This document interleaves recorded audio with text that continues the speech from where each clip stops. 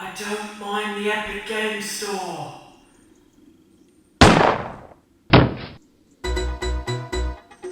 Oh boy, it's time to tackle the PC Master Race. Have I been saving for this one? PC gamers are a vile species.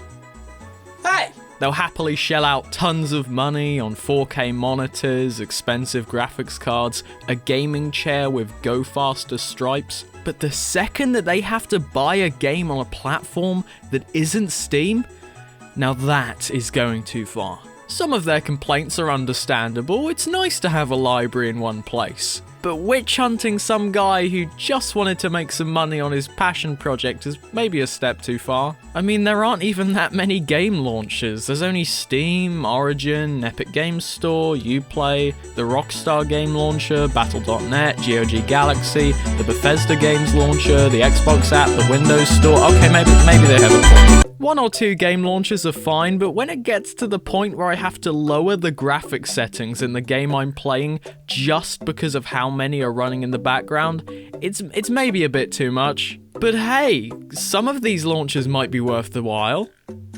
Maybe. And the only way to work that out is by reviewing all of them in a video format, or while making occasional jokes about how few friends I have in a desperate attempt to get people to laugh at me. Let's go!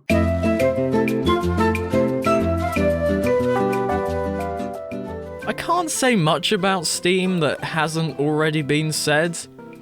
It's really good. It's got the most features, a nice layout, a huge library of games, a friend system, community features for anyone who cares, achievements, in-store mod support in the form of the workshop, profile pages, an overlay, the whole 9 yards. It's great, and the new library redesign makes it even better. I just wish it had a bit more in the way of customization. Nothing a mod can't fix.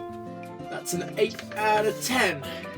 You know, this is looking pretty good so far. Maybe this whole review every launcher thing wasn't a bad idea after all. Right, next up we have Origin. EA recently announced that their games will now be released on Steam, starting with Star Wars Jedi Fallen Order, which somehow managed to make Origin even more deceased than it already was. A storefront specifically for EA games, another one to add to the thesaurus. I don't know why EA thought that copying Steam to get more money was a good idea, because, again, it's a launcher for EA games. Who the fuck wants to buy those? The only time I've ever wanted to buy an EA game was when they were on sale, but because they're locked on Origin, I don't know when they're on sale. So what's the point? What's the point, Andrew? In terms of the launcher itself, it's a Steam clone made by EA. Saying anything else is kind of pointless. It's got similar features, but also lacks a couple others, and it generally looks like a really corporate version of Steam. So, a 5? Maybe a 4? I don't know, I feel like I should hate it more, but considering it's now being phased out, I don't really have much of a problem.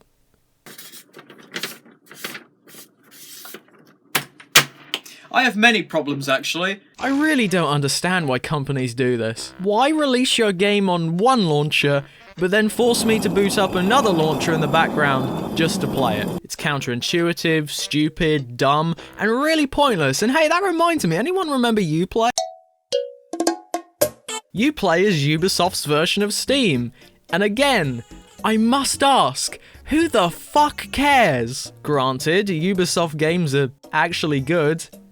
Sometimes, but it's such a specific niche that it just kind of seems pointless. At least on Origin, you can actually buy a bunch of indie games. No one ever did, but it was nice that the option was there. On Uplay, you've got a bunch of really similar open world games. Tom Clancy games. Rayman. Like, what's the point of even having this installed if you can just buy these games on Steam? Oh wait, yes, every Ubisoft game on Steam, and on every other platform for that matter, opens Uplay in the background before running the actual game. This would be fine if it was just a small part of Uplay, you know, the DRM part, but you still have to log in, update it, wait for that to boot up, and then wait for it to boot up the game you started playing 5 minutes ago. Can someone remind me why PCs are better than consoles again? Here's one. Hello? Go fuck yourself. Great point by the caller there. In terms of the launcher itself, it's a Steam clone made by Ubisoft. Saying anything else is kind of pointless. It generally looks nicer than EA's offering, but there are far fewer features in comparison. I do like the point system, which actually gives achievements a purpose. Not much of a purpose, but a purpose nonetheless. And yeah, that's about it. 3 out of 10? Better than Origin, but not by much. And now, a random cutaway gag that leads into the next part of the video, performed by hilarious comedian Harry Hollops. Yeah! Woohoo! Yeah! Woohoo! You're awesome! Woohoo! I love you, Harry! Fallout 76.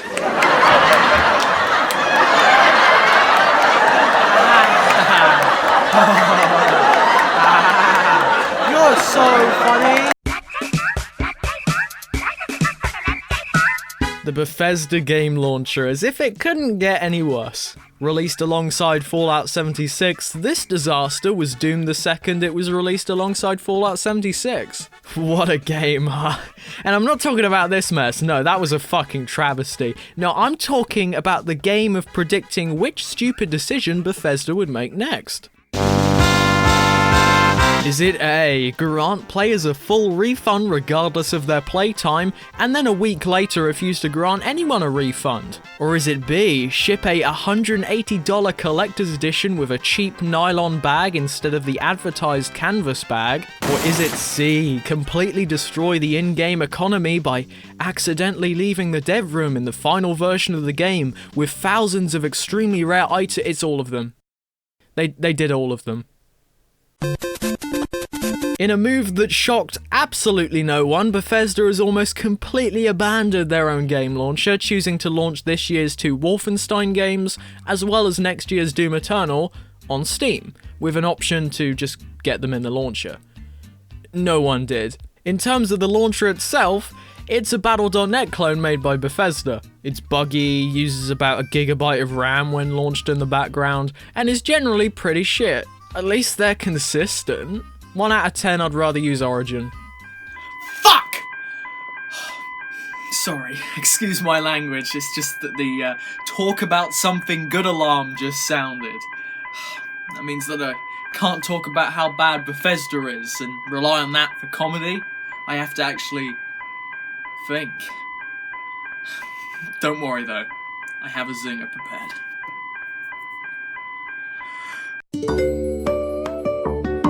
GOG Galaxy is so good that it makes me forget that I have no friends. Good Old Games originally started as a store for old PC games, like this. It was a unique gimmick for a store, but over time it began to become more like a version of Steam that just sold DRM-free games. And then they released GOG Galaxy, which is a DRM for those DRM-free games. Work that one out. Ironically, it's actually pretty good, with a nice layout, organization options, and praise be, an actually nice looking store page. The thing has a lot of personality too, with a unique visual look that escapes from the minimalist hell that everything else is stuck in. The problem is, GOG doesn't have a lot in the way of content. I've got 2 games, one that I've never played, and another that I have. Meanwhile on Steam, I've got 300. For Christ's sake, I have more games on Origin than GOG, and Uplay is only 1 bar ahead. GOG gets a 7, would have been a 9 if I actually had a reason to use it. There is a reason to use it. Oh, no way. GOG Galaxy 2.0 looks incredible. It's only in closed beta at the moment, but from what I've read, it's exactly what I've always wanted out of a launcher. Every PC game you own, as well as console games, all in one library, with achievements, statistics, even every friend manager you use, all carried over. This is what Steam should have been, and I'm so excited to be able to use it. Hi, Future Sparkie here. I've now used GOG Galaxy 2 because they gave me access to the beta. Thank you, CG Projekt, very cool. It's really good. I can't really say anything else beyond what I've already said, but is so fucking good. I love seeing my entire game library in one place. I'm just, you know, yeah, it's great. It's good. Yeah. But how do I turn this off? Please, CD Projekt, don't fuck this up. Speaking of fucking stuff up, Blizzard! Battle.net is Activision Blizzard's launcher, and by Activision Blizzard, I mean Blizzard and Call of Duty. You'd have thought that this company might have realised that making a launcher for 11 whole games was a bad idea, and yet they still did it. You also might have thought that siding with an oppressive government in order to increase revenue was a bad idea, and yet they still did it. 11 games, less features than Origin, and a store page that has more DLC on it than actual games. At least it looks nice, with bold art and colour choices, although it is ruined by the amount of Call of Duty ads everywhere. 0.5 out of 10. I do not know how it could get any worse. Oh, for fuck's sake. Released as a way to make more money on the PC port of Red Dead 2, the Rockstar game launcher is a revolutionary new way to play your favourite Rockstar titles. With a whole 8 games, there really is something for everyone. Open world shooters, bully, and now, for the first time ever, a system that scans your PC for existing Rockstar titles, and instead of adding them to your library, just tells you own them somewhere else. How thoughtful! Also included, bugs. Shit tons. So many that Rockstar managed to single-handedly ruin the launch of their highly anticipated port of Red Dead 2, just because they wanted a little bit more money. And they forced owners of GTA 5 and Max Payne 3 on Steam to download the launcher to play the game they already own. Even Bethesda didn't do that. 0.1 out of 10. I do not know how it could get any worse. Oh, for fuck's sake! I love the Google Play Store, thanks for asking. Microsoft trying to turn their operating system into a phone has never not been funny, but this might be taking it too far. Ah yes, of course, I'd love to play Minion Rush on my PC, thanks Microsoft. This store is such a shit show, with a hideous design, a frame rate that barely goes above 10, and a downloader that works about as well as I do in social situations. It's funny because I don't have any friends.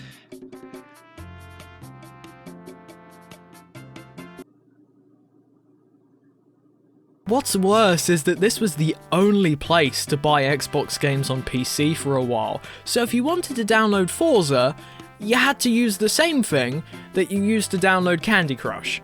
It's bad, it's really bad, and I think you all know that it's bad, so let's just give this thing a 0 and get it over with.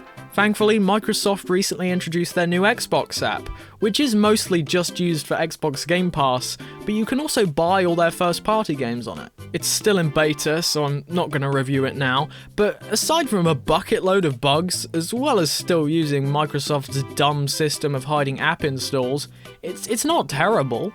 Just please, Microsoft, add a library page. And now, for the main event, what you have all been waiting for, the question you've been dying to have answered, even though the answer was in the first line of this video. What is my opinion on the Epic Games Store? It's fine. You're just an Epic Game shill. Sorry guys, I'm not epic enough to review this launcher yet. Give me a second. Racial slur!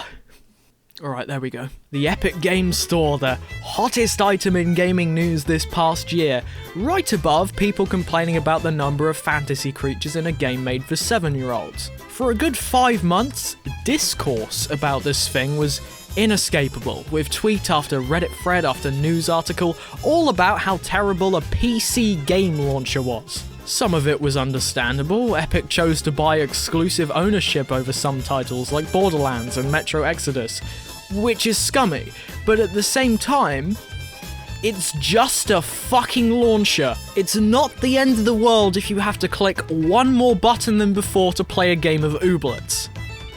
Oh, another one. It's, hello? I'll have you know that this is more than just just a case of having to click one more button than before to play Ooblets. It's about the precedent it sets, making it more likely that other companies will make their own launcher, which will end up making Steam obsolete, splitting up my PC game library and defeating the entire point of playing on PC as opposed to consoles, where the games are gated to specific machines. Also, go fuck yourself. Another great point by the caller there.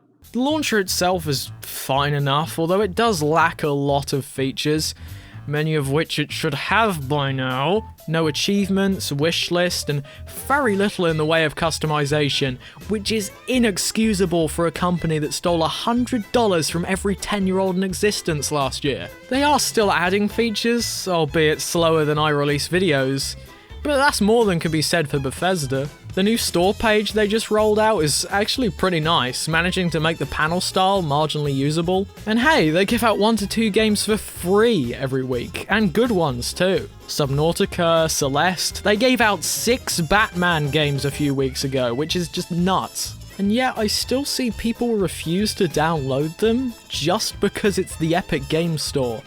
Which is...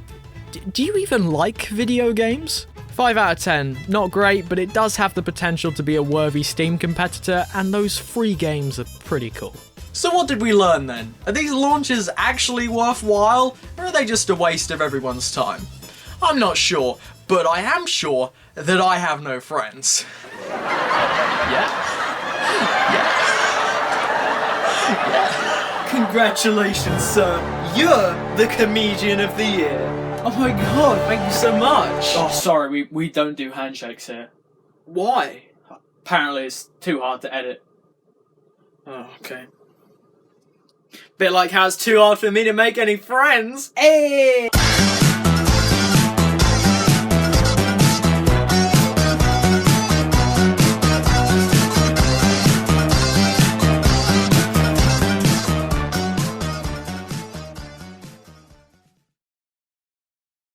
Oh, you can't be fucking serious.